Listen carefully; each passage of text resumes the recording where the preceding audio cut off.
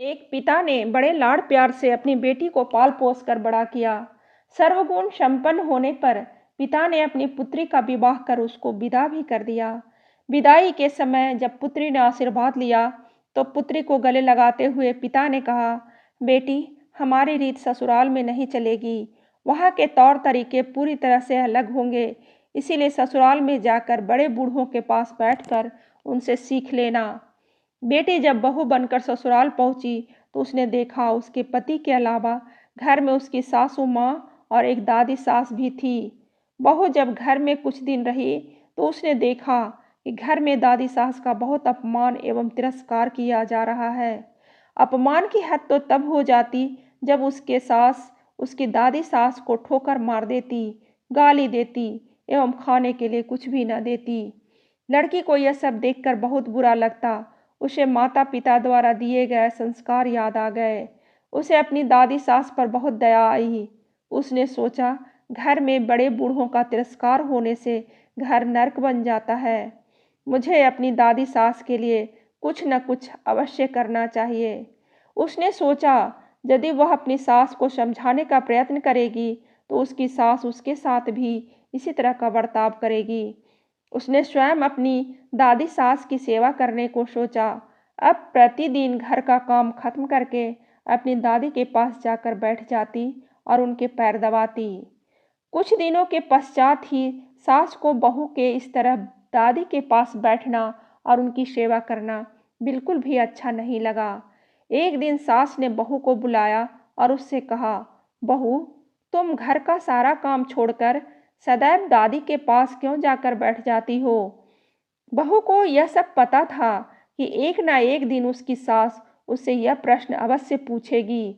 बहू ने कहा, माँ जी, मैंने घर का सारा काम समाप्त कर लिया है। यदि फिर भी कुछ बाकी रह गया है तो काम बताइए।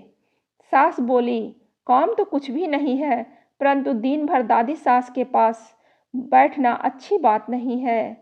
बहू ने सास की बात को बड़े ध्यान से सुना और उससे कहा, माँ जी, मेरे पिताजी ने सदा मुझे यही सिखाया है कि बड़ों का सेवा और सम्मान करना चाहिए।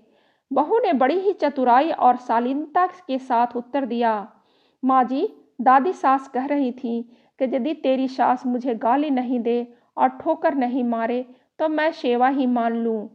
बहू की बात सुनकर सास ने बहू से पूछा, क्या तू भी मेरे साथ ऐसा ही करेगी? बहू सास के इसी प्रश्न के इंतजार में थी। बहू ने कहा, माँ जी, मुझे पिताजी ने बड़ों से घर के रीति रिवाज सीखने को कहा था। यदि घर के रीति रिवाज बुजुर्गों के अपमान करने के हैं तो मुझे भी रीति रिवाज अवश्य मानने पड़ेंगे। बहू का उत्तर सुनकर सासू माँ को अपने भविष्य की चिंता सताने लगी। उसने सोचा, जैसा व्यवहार मैं अपनी सास के साथ करूंगी, मेरी बहू भी वही सीखेगी और फिर वह भी मेरे साथ वैसा ही व्यवहार करने लग जाएगी। सास अब दिन भर इसी बात के विचार में रहती। अगले ही दिन बहू ने घर के कोने में ठीकरी, खाना बनाने का एक मिट्टी का बर्तन इकट्ठा करना आरंभ कर दिया। घर के कोने में ठीकरी पड़ी देख सास ने बहू से इतने सारे ठीकरी इकट्ठा करने का कारण पूछा। बहू, तुमने यह ठीकरी क्यों जमा की है? बहू ने बड़ी विनम्रता से कहा, माँ जी, आप दादी सास को ठीकरी में ही भोजन देती हैं, इसलिए मैंने सोचा कि बाद में मिले न मिले, इसलिए अभी से ही आपके लिए ठीकरी जमा कर देती हूँ। बहू का उत्तर सुनकर सास बहुत ही घबराई और उसने पूछा, तो मुझे ठीकरी में भोजन परोसेगी क्या? बहू ने कहा, माँ जी, मेरे पिताजी ने कहा था कि यहाँ के रीति रिवाज वहाँ नहीं चलेंगे। वहाँ के रीति रिवाज पूरी तरह से अलग होगी। अब जो यहाँ के रीति रिवाज हैं मुझे वैसा ही करना होगा। बहू की बात सुनकर सास ने कहा, यह यहाँ की रीति थोड़े ही है, तू अब दादी सास को थाली में भोजन दिया करना।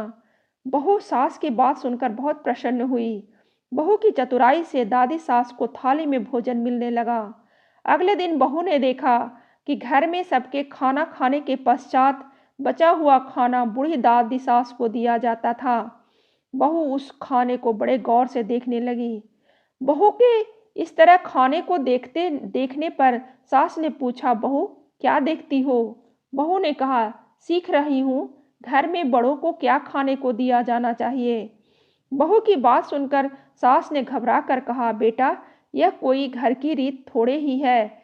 कल से ही तू दादी सास को पहले भोजन दिया करना। बस अगले दिन से ही दादी सास को एकदम से बढ़िया भोजन मिलने लगा।